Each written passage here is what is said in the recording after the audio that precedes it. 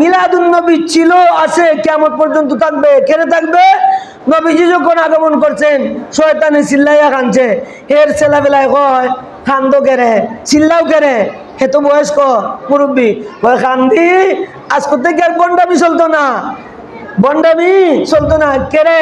কয় আব্দুল্লাহ বেটা মুহাম্মদ জমিনে তাশরিফ আনছে, আমদার বন্ডামি চলতো না, মানুষের গুমরা বানাইতে পারতাম না।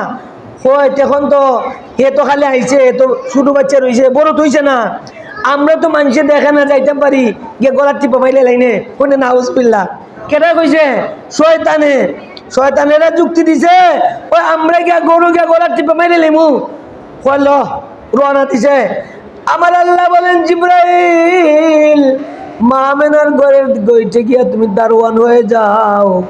জিব্রাইল মা আমেনার হুজরায় পাকে এসে দারোয়ানের মতো দাঁড়িয়ে রইলেন।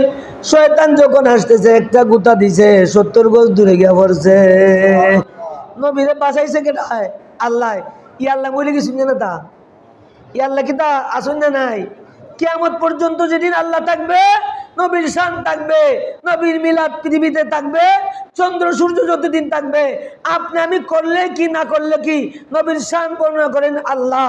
অতএব নবীর শান আল্লাহ বুলন্দ করবেনি। প্রশ্ন হচ্ছে, আমরা যদি করি আমরা দামি হইব, আমরা যদি করি খবর গেলে আমরা নবীরে পাইবো, নবীরে চিনবো, নবী আমাদেরকে সাফায়াত করবেন, লাভ আমরা রইব।